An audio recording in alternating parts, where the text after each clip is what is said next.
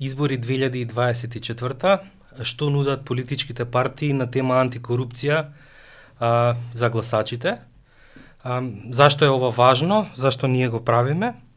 Институтот за демократија сакаше да ги представи програмите на политичките партии во однос на антикорупција, заради тоа што корупцијата е главна пречка за демократскиот и економскиот развој на земјата, ја намалува довербата во институциите и штети практично на демократизацијата на општеството, ги осиромашува граѓаните, меѓутоа истовремено го намалува чувството на благосостојба и на безбедност дури во едно општество, и затоа беше важно да им дадеме шанса на политичките партии да презентираат што е она што го нудат пред гласачите како решение на проблемот на корупцијата, заради тоа што за граѓаните тоа е број еден проблем во општеството. Денеска со нас е Стефан Андоновски, секретар за меѓународна соработка на ВМРО ДПМН.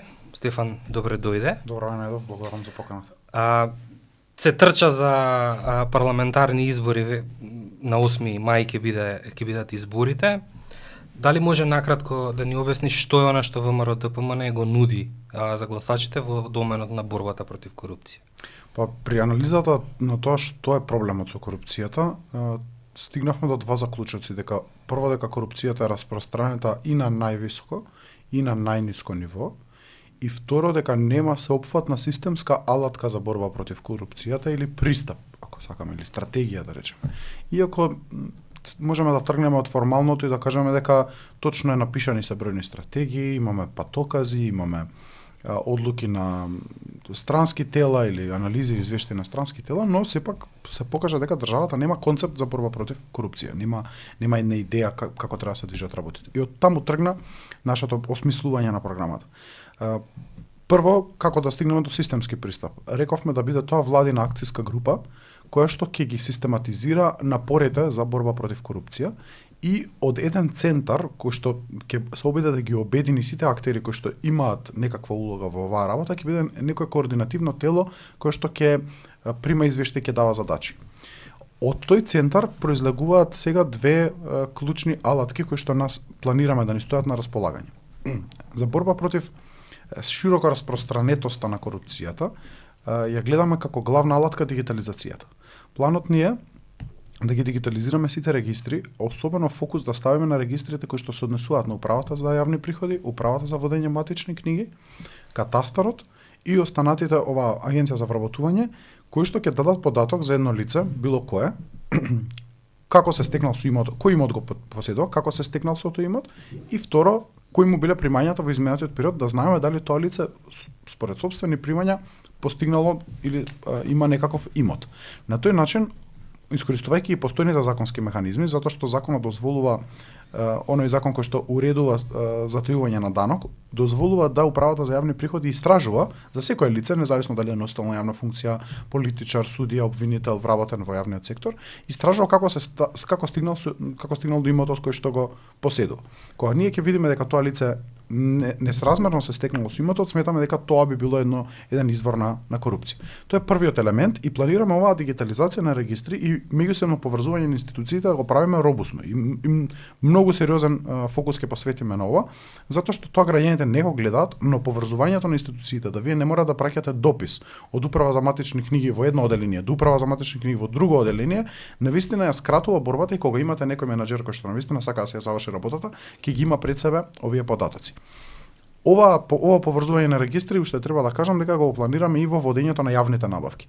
ВМРО ДПМН во претходниот мандат го оформи порталот за системот за јавни набавки, на кој што навистина транспарентно може да се следат постапките, но тој портал ја нема последната своја операција, која што значи проверка на судир на интереси и корупција. Например, дали тој што го изработува техничката спецификација или во работната група која што изработува тендерската документација има свој брат, сестра, братучет, пријател кој што ќе аплицира на тендерот. Ако ние имаме интероперабилност на институциите, ќе се појави едно црвено знаменце дека треба да се внимава тој човек да не учествува во процесот, односно таа компанија да не учествува во процесот. Сметаме дека на тој начин со оваа дигитализација ќе успееме да превенираме. Вториот дел е зајакнување на институциите кои што веќе постојат, а имаат кредибилитет изграден во јавност. Тука мислам на Државниот завод за ревизија и Државната комисија за спречување на корупцијата и воведување на ISO стандардот за антикорупција во Македонија, прво негово признавање во Македонија, овој европски стандард, и потоа имплементација во институциите кои што се засегнати или кои што би имале слабости од корупција. Зајакнувањето е многу важно, затоа што се покажа дека овие институции сами по себе, надвор од системот во Македонија кој што не веруваме во системот, општеството не верува, во овие институции верува. И тие институции сами по себе со своја професионализација, со помош од Европската унија и други партнери изградиле некое институционално ниво. Државата треба да биде таа која што тоа институционално ниво само ќе го подобрува. Значи таму не треба да прави државата ништо да се меша, туку треба само да додаде ресурси кои што им се потребни. Има податоци дека Државниот завод за ревизија му недостасуваат 30 до 40 ревизори. Имаме бројни вработени во јавната администрација кои што би можеле да бидат обучувани и да бидат префрлени во оваа институција да бидат државни ревизори. ДКСК долго време имаше недостаток на ресурси, на инфраструктура и на луѓе. Мислам дека остана делот со луѓе и мислам дека на тој начин со поддршка на овие институции кои што веќе функционираат ќе успееме да го заокружиме системот. Добро, ќе се навратиме на дел од овие идеи. Во ланецот на борба против корупција постои детекција, превенција, детекција и санкција. Што со правосудството? Најголемото прашање, искрен да бидам, најголемата дилема која што ја имавме и ние во припишувањето, знаете, има два екстрема. Едниот екстрем е да ветите сериозна реформа, ако сакате, им некои ветуваат ветинг и така натаму, но како држава, вие како извршна и законодавна власт да толку многу влезете во судството е опасноста, постои опасност од замешателство и мешање на двете власти. И втората алтернатива е палиативни мерки, или вториот екстрем во кој што вие ќе кажете да не функционира ова се, ама дај да пробаме полека со мала реформа. Ние се одлучивме за една потврда верзија, со сиот ризик да звучиме дека би сакале да се замешаме во правосудството. Не е тоа идејата, не беше тоа идејата ни на програмата, не е тоа идејата и на ветувањата. Идејата е како да вистински направиме таа реформа во судството, што ќе значи дека судиите и обвинителите ќе бидат на страната на законот, а не на страната на политичарите или на бизнис мокиниците. Оваа алатка која што спомнував за проверка на имотот, ние ќе ја пренесеме и во правосудството. УЈП го има тоа право да тоа го направи, а се надевам дека ќе биде кооперативен и судскиот совет и советот на јавни обвинители да се провери имотот и на судиите и на нивните семејства, и на обвинителите и на нивните семејства. И на тој начин сметаме дека ако некој навистина е чесен, навистина сака да си ја врши работата, ќе остане во правосудството. Оние кои што не се чесни, самите ќе се заменат. Вториот елемент е она што го кажавме за распуштање на судскиот совет и советот на јавни обвинители.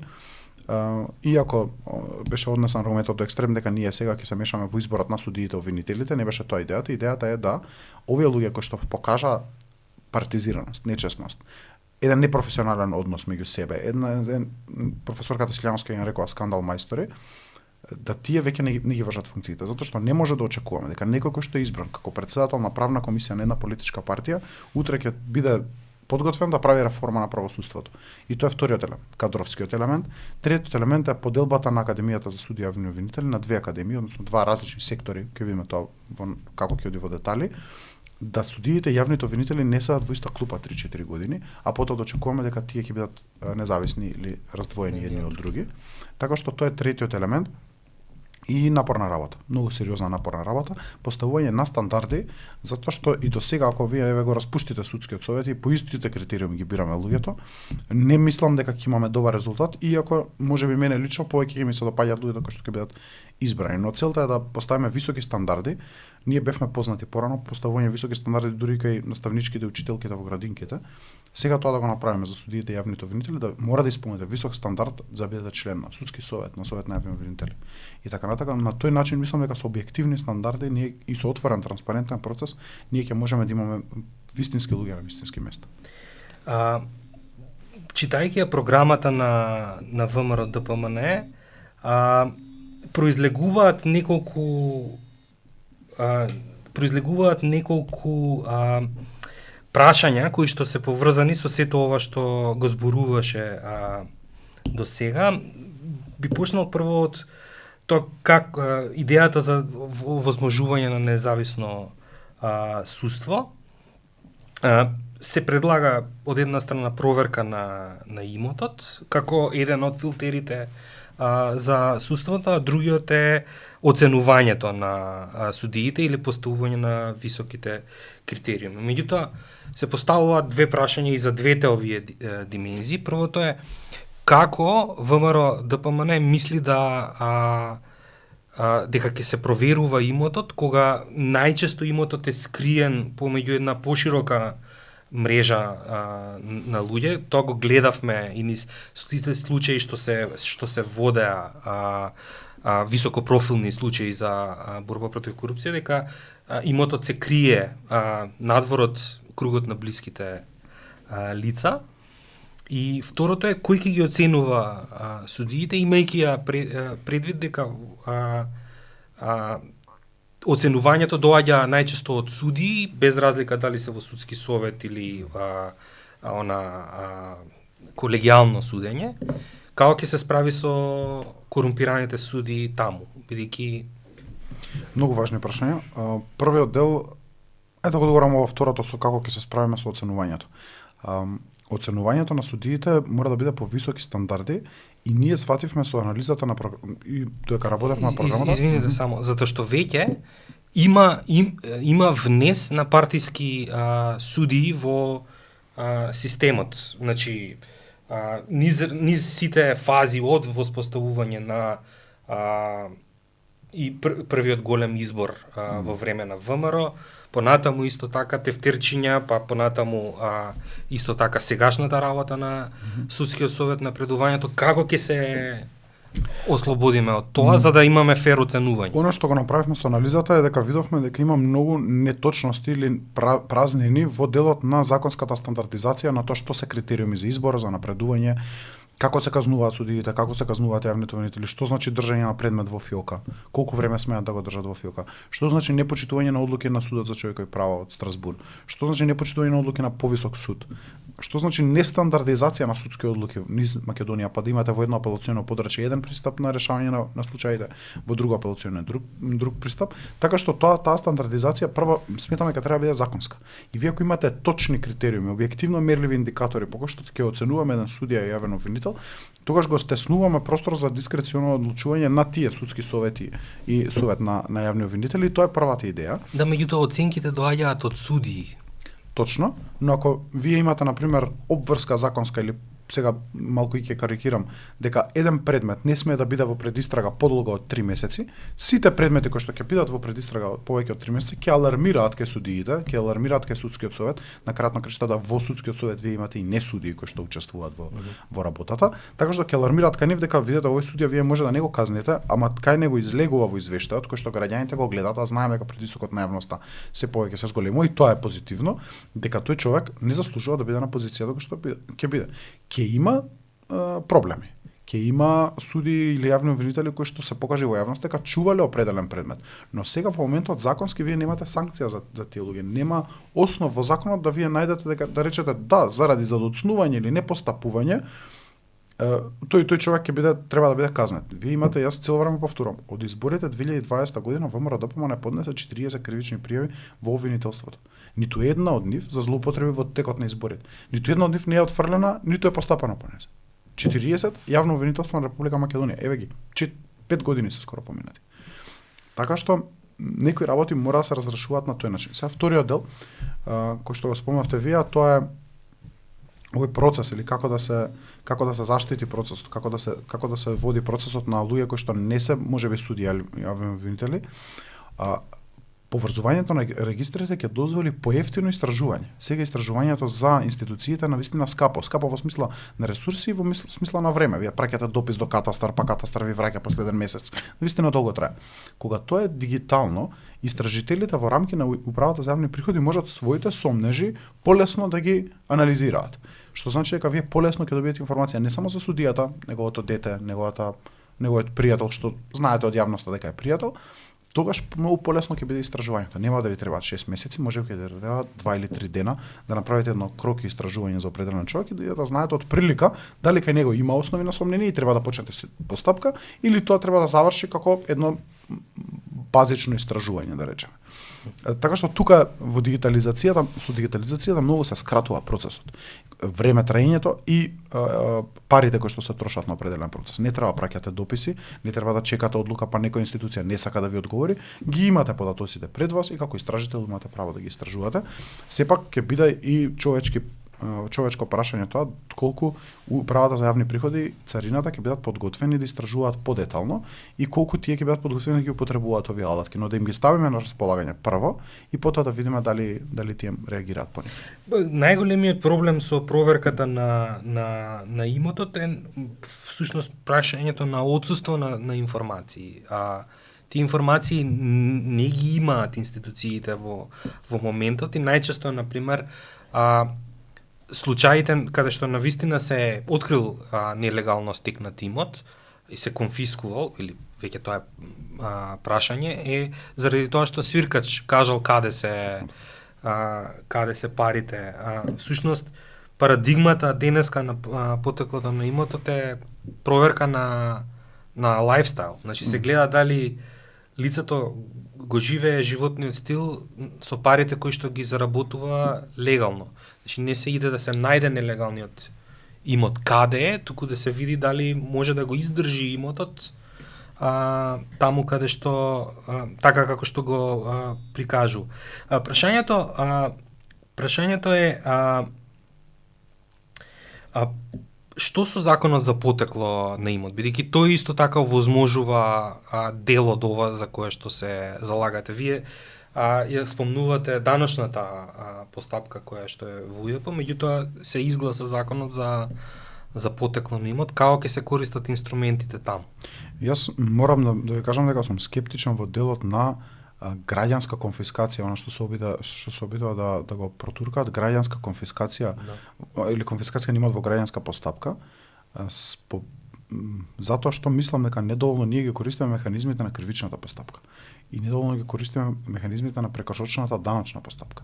Кога вие ќе ги искористите тие механизми до максимум, и тогаш ќе имате недостаток, ќе можете да зборувате за граѓански процес. Она што мене ми пречеше со овој закон е тоа дека државата се иззема премногу право да влезе во граѓанска постапка во која што страните, да не забораваме, се еднакви и вие имате еднаквост на оружјата во таа постапка, каде што страните не само што се еднакви, туку треба да имате еднакви ресурси за себе.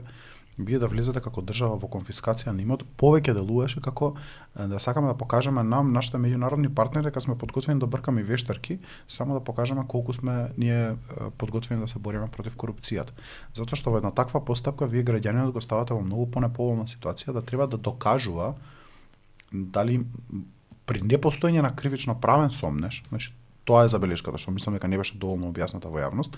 Значи не постои кривично правен сомнеж или основа на сомневање да отворите кривично правна или прекршена постапка, туку во граѓанска постапка каде што граѓанинот се подвргнува на толку сериозен институционален притисок да треба да брани зошто има стекнато определен имот. Се плашам дека тоа ќе станеше алатка за пресметување со некој кој што не ни се допаѓа, ни истомисленик, ако што се наоѓа да речеме во бизнис секторот. Повеќе се плашам од тоа дека државата се зема премногу.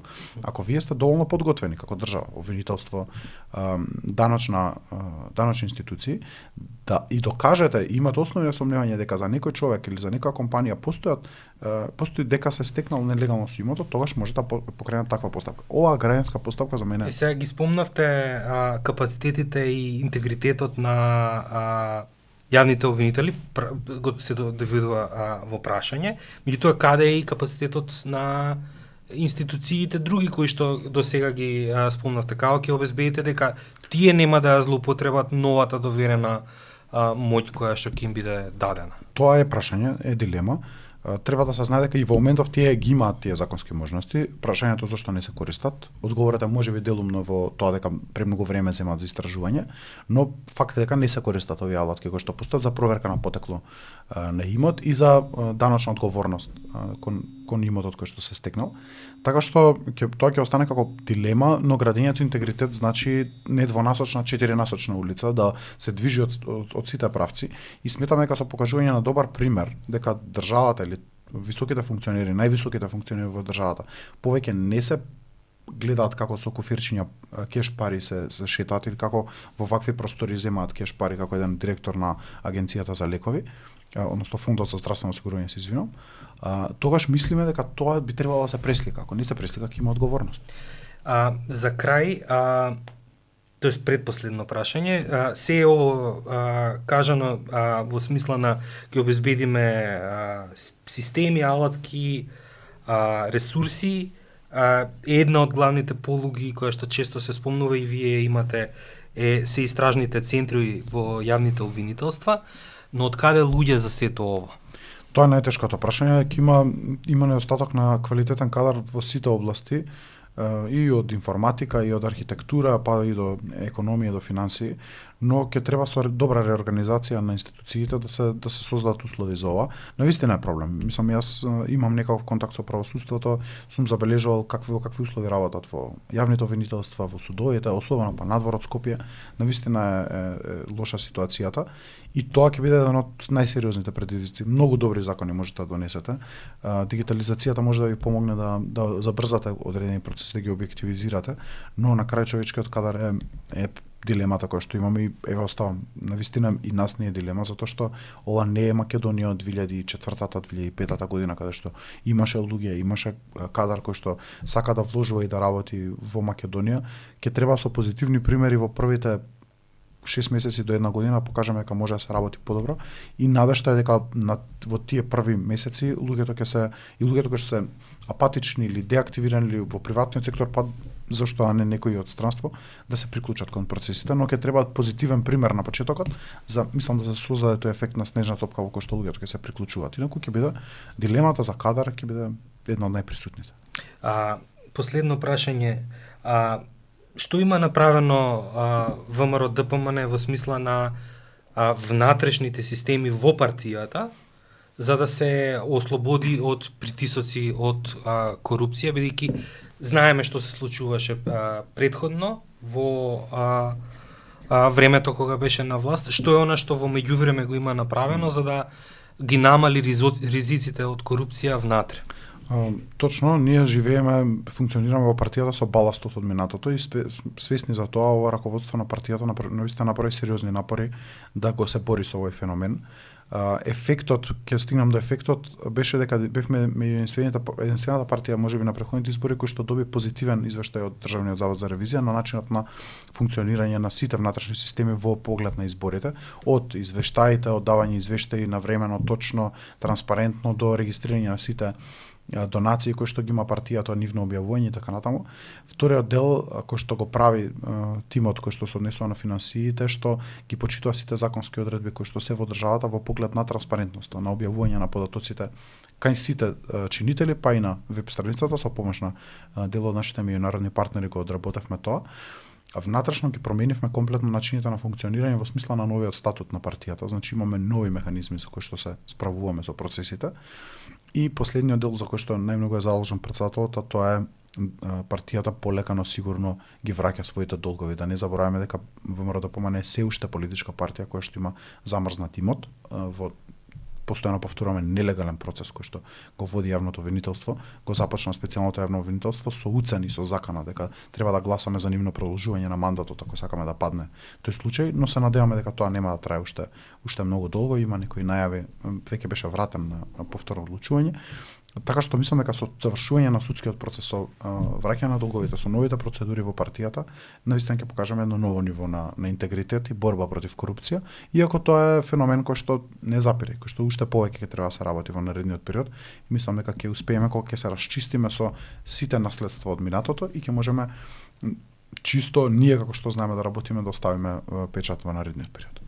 Благодарам многу, Стефан, за времето кое што го посвети и за презентацијата на тоа што ВМРО ДПМН го нуди на овие избори во смисла на антикорупција. Благодарам многу на поканата и ви благодарам што анализирате многу детално овој дел кој што е навистина значаен за граѓаните. Фала и на вас. Завршивме и со понудата на ВМРО ДПМН за овие избори. Следува подкаст со останати политички партии, кои што исто така на сличен начин ќе го презентираат што е она што го нудат на граѓаните во заложби за борба против корупција, искоренување на оваа општествена болест која што го спречува развојот на земјата.